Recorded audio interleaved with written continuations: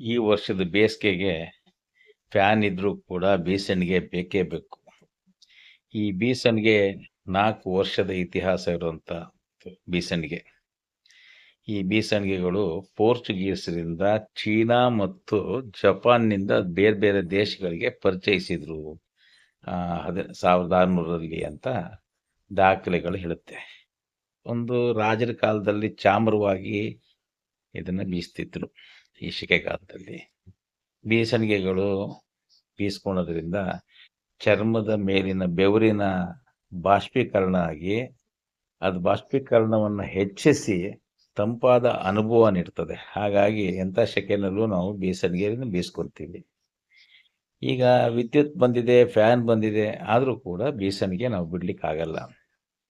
ಇನ್ನು ಬೀಸಣಿಗೆನಲ್ಲಿ ತರಹವಾರಿಗಳಿದೆ. ಕೈಯಲ್ಲಿ ಹಿಡಿದು ಬೀಸೋದು, ಮಡಚಬಹುದಾದಂಥ ವಿವಿಧ ವಿಧಗಳು ಲಭ್ಯ ಇದೆ. ಕಾಗದ, ಬಟ್ಟೆ, ತಾಳೆಗೆರಿ, ಬಿದಿರು ಇತ್ಯಾದಿಗಳನ್ನು ಬಳಸಿ ತಯಾರಿಸ್ತಾರೆ. ಇದೊಂದು ಕರಕುಶಲ ಕಲೆ ಕೂಡ.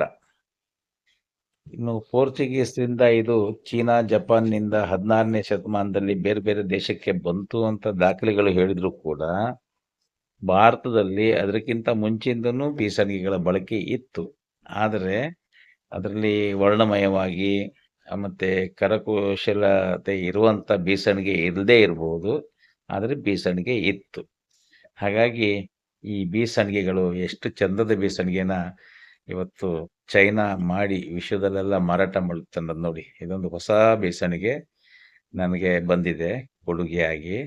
ಈ ಬೀಸಣಿಗೆ ಎಷ್ಟು ಚೆನ್ನಾಗಿದೆ ಅಂದರೆ ವೆರಿ ವೆರಿ ಹ್ಯಾಂಡಿ, ಮತ್ತೆ ಅದನ್ನು ನೋಡ್ಲಿಕ್ಕೂ ಎಷ್ಟು ಚಂದ, ಕೈಯಲ್ಲಿ ಇಟ್ಕೊಂಡು ಹೋಗ್ಲಿಕ್ಕೂ ಎಷ್ಟು ಚಂದ ಇದೆ ನೋಡಿ. ಅದನ್ನ ನೀವು ಬಿಚ್ಚಿದ್ರೆ ಅದು ನೋಡಿ ದೊಡ್ಡ ಬೀಸಣಿಗೆ ಆಗ್ಬಿಡುತ್ತೆ. ಮಡಚಿದ್ರೆ ಸಣ್ಣ ಒಂದು ಪಾಕೆಟ್ನಲ್ಲಿ ಇಡುವಂಥ ವಸ್ತು ಆಗ್ಬಿಡುತ್ತೆ.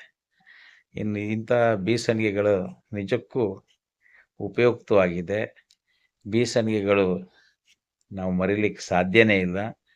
ಬೀಸಣಿಗೆ ಇಲ್ಲದೆ ಬೇಸಿಗೆಗಾಲ ಕಳೆಯೋಕ್ಕೆ ಕೂಡ ಸಾಧ್ಯ ಇಲ್ಲ. ಕನಿಷ್ಠ ಬೀಸಣಿಗೆ ಇಲ್ದಿದ್ರೂ ಕೂಡ ಟವಲ್ನಲ್ಲೋ ಒಂದು ಪೇಪರ್ನಲ್ಲೋ ನಾವು ಗಾಳಿನ ಮುಖಕ್ಕೆ ಬೀಸ್ಕೊತಾನೆ ಇರ್ತೀವಿ. ಯಾಕಂದರೆ ತಂಪು ಅನುಭವ ನಮಗೆ ಬೇಕೇ ಬೇಕು. ಹಾಗಾಗಿ ಈ ಬೀಸಣಿಗೆ ನೋಡಿ